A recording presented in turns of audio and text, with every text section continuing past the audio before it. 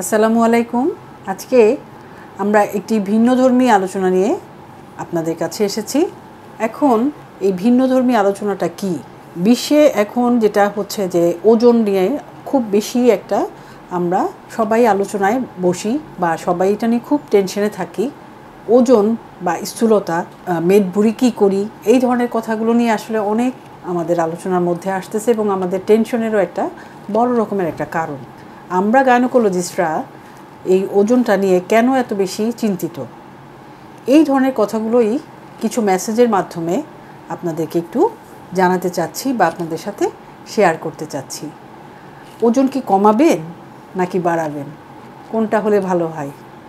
কি মনে হয় আমি কোনটার কথা বলবো? আমি কি বাড়ানোর কথা বলবো না কমানোর কথা বলবো? আজকে আমরা ওজন কমানোর কথাই বলি, বাড়ানোর কথাটা না হয় নাই বলি। বাড়ানো কার জন্য বলবো সেটা আরেকদিন আলোচনা করব। এখন এই যে ওজন বাড়লো আর আমি কেন এটা নিয়ে কথা বলবো, কিছু কি ধারণা করা যাচ্ছে? মনে হচ্ছে পারছেন না। ওজন বাড়লে যেটা হয় সেটা হচ্ছে যে প্রেগনেন্সি আসতেও কিন্তু অনেক প্রবলেম হয়। কেন হয়? কারণ অতিরিক্ত ওজনের কারণে অ্যানোভুলেশন মানে ডিম ফুটে না, তারপর হচ্ছে যে হরমোনাল ইমব্যালেন্স হয়। যেই সমস্ত হরমোনের কারণে বাচ্চা আসতে সাহায্য করে সেই হরমোনগুলোরই তারতম্য হয়। তাহলে এবার বুঝেন ওজন আসলে কমানোই উচিত। যারা আর কি ইনফার্টিলিটিতে ভুগতেছে, যারা বন্ধ্যাত্ব নিয়ে আমাদের কাছে আসেন, তাদের জন্য এটা অনেক গুরুত্বপূর্ণ একটা বিষয়। এবার বোঝা গেল আমি কোন দিকে কথা বলতে চাচ্ছি। এই ওজন মহিলাদের ক্ষেত্রেও যেমন ইম্পর্টেন্ট এবং ইনফার্টিলিটি করে, পুরুষদের ক্ষেত্রেও কিন্তু করে। তো আজকে আমরা পুরুষের পার্টটা না হয় আলোচনা না করি, আমরা মেইনলি ফিমেল পার্টটাকে নিয়ে আলোচনা করি। ফিমেলের এই বন্ধ্যাত্বর কারণ ওজন। তো ওজনটা কমালে একটা মানুষ খুব দ্রুতই কনসিভ করে যায় এবং এটার যে একটা হাতে নাতে একটা প্রমাণ বা একটা হাতে নাতে পাওয়া একটা রেজাল্ট আমরা পেয়েছি, ঠিক সেই জিনিসটাই আজকে আপনাদেরকে জানাতে চাচ্ছি। এবার আসুন আমি আমার একটা পেশেন্টের কথা বলি। পেশেন্টের নাম হচ্ছে মিতু।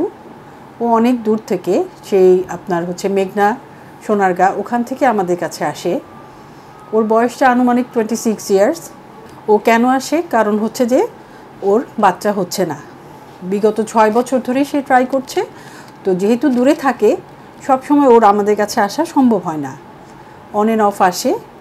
আর ওর সাথে আসলে আমার অনেক দিনের পরিচয়। ওর প্রথম বেবির বয়স 8 বছর। 8 বছরের ওই বাচ্চাটিও আমাদের কাছে সে কনসিভ করে এবং হচ্ছে আমার মাধ্যমেই সে এই বাচ্চাটি ডেলিভারি করায়। তো সেই জন্য তার সাথে আমার আন্তরিকতা অনেক বেশি এবং অনেক ভালো একটা পরিচিতি ওর সাথে আমার আছে। তো এখন সে কয়েকবারই এরকম আসা যাওয়ার ফলে যেটা হয়, আমি যেটা বললাম যে ইরেগুলারলি আসতো সে এই 6 বছরের মধ্যে।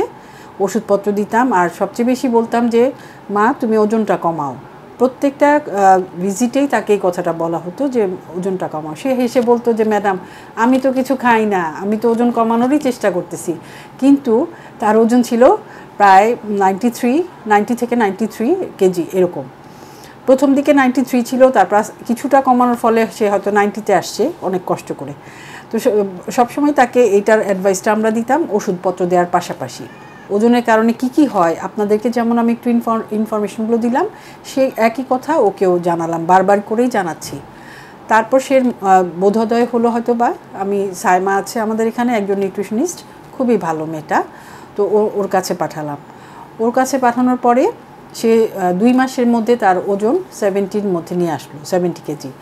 তো আল্লাহর রহমতে পরের মাসেই দেখা গেল যে আমাদের যে ইনফার্টিলিটি ট্রিটমেন্টে পরের মাসেই সে কনসিভ করে গেল। তো এই হচ্ছে তার আলোচনা, তার সম্বন্ধে কথাবার্তা বলা। এখন আমরা মিতুর কাছ থেকেই জানবো যে ও আসলে কি করেছিল। আমার নাম মিতু, আমি মেঘনা সোনারগাঁও থেকে আসছি। আমার ওজন অনেক বেশি ছিল। আমি ম্যাডামের কাছে আসছি, পরে ম্যাডাম ডায়েটিশিয়ানের কথা বলছে। পরে সাইমা ম্যাডামের কাছে গেছি, যাওয়ার পরে আমার ওজন 90 কেজি আসছিল। ম্যাডামের কাছে 2 মাস দেখার পরে আমার ওজন 73 কেজি আসছে। তারপরে আমি কনসিভ করছি। কনসিভ করার পরে আবার ম্যাডামের কাছে আসছি। সবার উচিত ওজন কমানো। গত 4 মাস আগে এই পেশেন্টটি আমার কাছে আসেন। তার মূলত সমস্যা ছিল সে গত 6 বছর ধরে অনেক চেষ্টা করছেন কিন্তু কোনোভাবেই কনসিভ করতে পারছিলেন না। প্রথমে তিনি তার গাইনোকোলজিস্ট ডক্টর শামসুন নাহার স্বপ্নাকে দেখান। ম্যাডাম বারবারই তাকে বলেন যে ওজনটা কমিয়ে আসার জন্য, বাট সে আসলে ওজনটা কমাতে পারছিলেন না। তারপরে হচ্ছে গত 4 মাস আগে ডক্টর শামসুন নাহার স্বপ্না আমার কাছে রেফার করেন। আমি প্রায় 2.5 মাসের চেষ্টায় পেশেন্টটার 90 কেজি ওজন থেকে 72 কেজি ওজনে আনতে সক্ষম হই। এরপরে পেশেন্টটি আলহামদুলিল্লাহ কনসিভ করেন।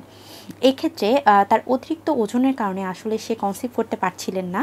এই 90 কেজি থেকে 72 কেজি ওজনে আনতে প্রায় আমার 2.5 মাস সময় লেগেছিল। সেখানে আমি 5টি ডায়েটের মাধ্যমে এবং সায়েন্টিফিক উপায়ে পেশেন্টটার ওয়েট রিডিউস করতে চেষ্টা করেছি এবং পেশেন্টও আমার সাথে অনেক চেষ্টা করেছে।